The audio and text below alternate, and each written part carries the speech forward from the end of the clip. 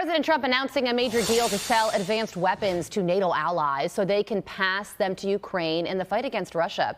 The commander-in-chief is also warning Moscow there will be economic consequences if they don't make a deal, and voiced his displeasure with the Kremlin.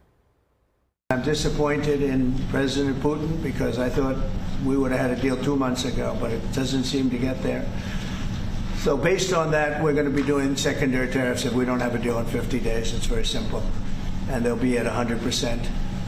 And that's the way it is. That can be more simple. It's just the way it is. I hope we don't have to do it. Harley Littman is a Bush-appointed U.S. Commission member for the Preservation of America's Heritage Abroad and a foreign affairs analyst, and he joins me now.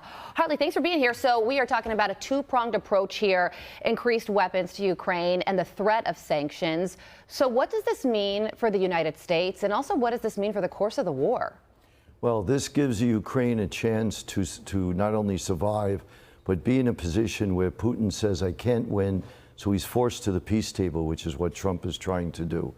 What's really significant here is to get the Patriot and other anti-missile weapons to Ukraine as fast as possible, because there's an extreme urgency.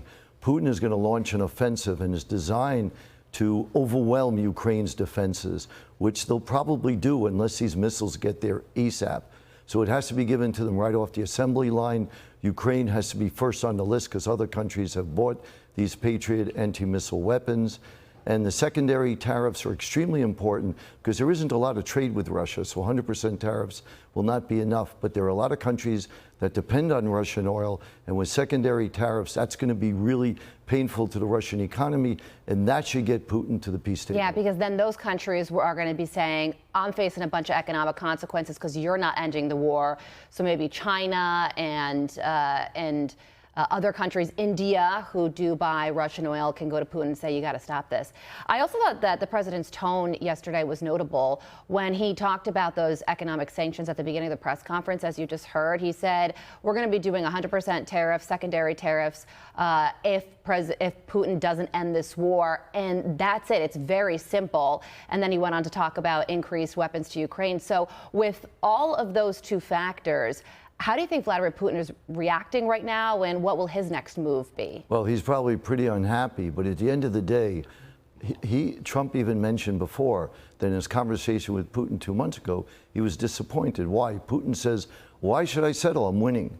So Trump has to show Putin that he's not winning, and that's the best chance of getting a peace agreement achieved. And the president said that some Patriot systems will be arriving in Ukraine within days. So I can imagine, on top of the much needed weapons to Ukraine, this has also got to be a huge morale boost for them as well. That's another reason, absolutely.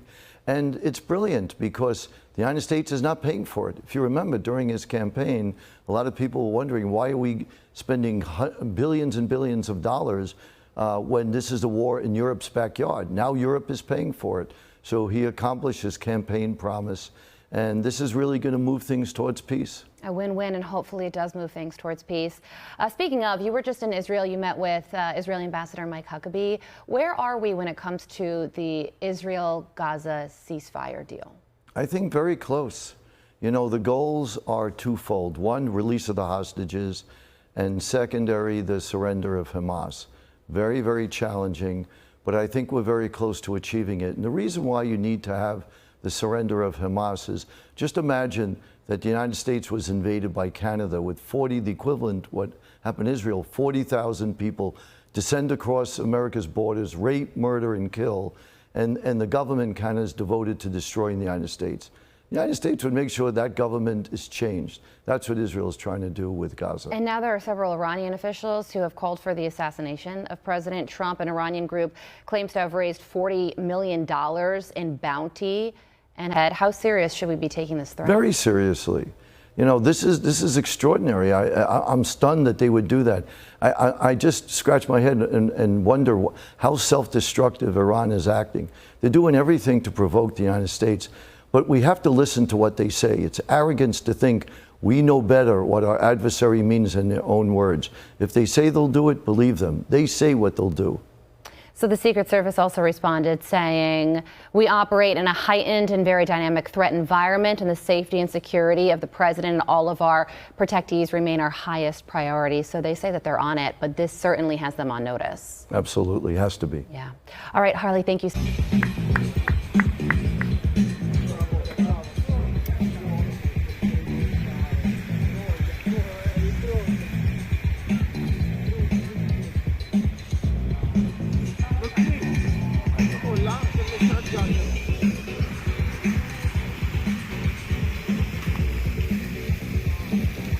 Scusa.